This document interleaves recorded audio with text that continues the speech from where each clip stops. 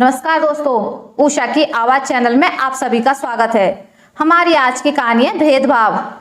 जमुना देवी गांव से अपने पोते की शादी के लिए शहर अपने बेटे हरिनाथ के घर आई हुई हैं। लेकिन जब से घर आई हैं तब से घर में अजीब सा सन्नाटा छाया हुआ है। जब उनको 2 दिन हो गए तब उन्होंने अपनी बहू से कहा कि उसे होने वाली बहू का फोटो तो दिखाओ, कैसी लड़की पसंद की है तुम लोगों ने। तभी उनके पोते अमन ने आकर कहा, दादी आपकी होने वाली बहू तो आपकी खूब देखी हुई है।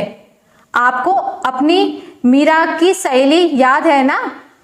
जब आप पिछली बार गांव से आई थी तो आपके साथ बैठकर कितनी बातें करती थी और आप उसकी बातें सुनकर कितनी खुश हो जाती थी। उसके जाने के बाद आपने माँ से कहा था कि कितनी चुलबुली प्यारी लड़की है। अपने अमर के लिए भी ऐसी हंसने बोलने वाली लड़की घर में बहू बनकर आ जाए तो कितनी रौनक हो जाएगी। हाँ, तो वह लड़की तो अपनी मीरा की सहेली थी। इसका मतलब ये थोड़े ही है कि उसको अपने घर की बहू बना लो। शादी ब्याह में जात पात देखना जरूरी होता है, साथ ही उसका खानदान भी अपनी बराबरी का होना चाहिए, तभी तालमेल सही बैठता है। दादी आजकल जमाना बदल गया है, जात पात में क्या रखा है, इंसान का व्यवहार अच्छा होना चाहिए।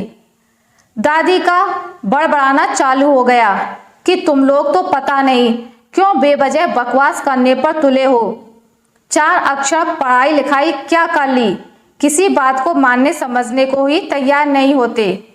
दादी ने अपने बेटे हरिनाथ को आवाज दी, हरी ये मैं क्या सुन रही हूँ? तुमने अपने अमर का रिश्ता ऐसे कैसे इस लड़की से पक्का कर दिया जिसका बाप एक परचून की दुकान चलाता है।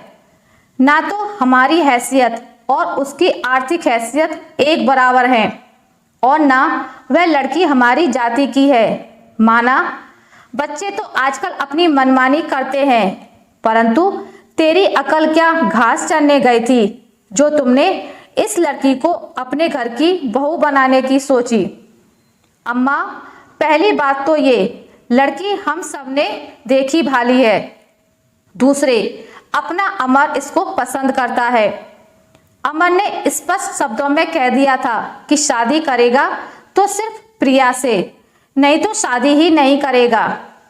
अच्छा अम्मा यह बताओ कि इस बात की क्या गारंटी है कि अपनी जाति की लड़की अच्छे स्वभाव की हो? अम्मा जाति से पहले स्वभाव अच्छा होना बहुत जरूरी है ताकि घर में सुख शांति बनी रहे। सबसे पहले बात तो यह है अम्मा कि ये जाति का भेदभाव हम इंसानों ने अपनी सुविधा अनुसार ही बनाया है, वरना भगवान ने तो सभी इंसानों को एक सा ही बनाया है।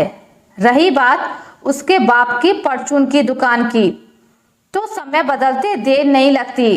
क्या पता कुछ दिनों बाद वह किसी बड़े कारखाने का मालिक बन जाए। वैसे आपको बताना तो नहीं चाहता था, लेकिन आपके मन से इस जातिवाद के भेदभाव को दूर करना बहुत जरूरी था।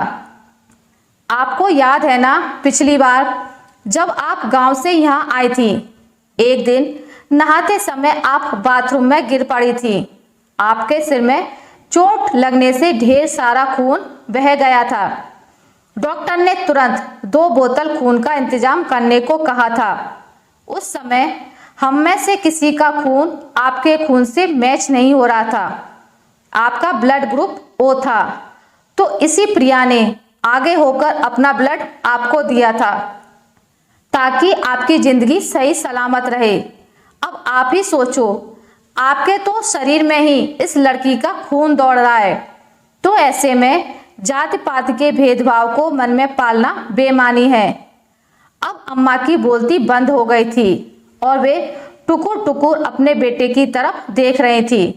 ठीक है, जैसी तुम लोगों की मर्जी, मैं तो तुम लोगों की खुशी में ही खुश हूँ। वैसे बेटे तेरी बातों से मेरी आंखें खुल गई हैं। समय के अनुसार अपनी सोच को बदलना बहुत जरूरी होता है।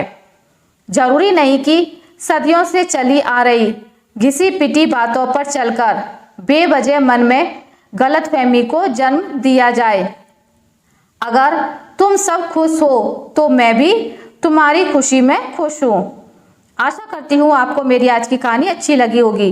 अगर आपको मेरी कहानी अच्छी लगी है तो इसे लाइक करें, ज़्यादा से ज़्यादा शेयर करें, और अगर आप मेरे चैनल पर नए हैं तो इसे सब्सक्राइब करना ना भूलें।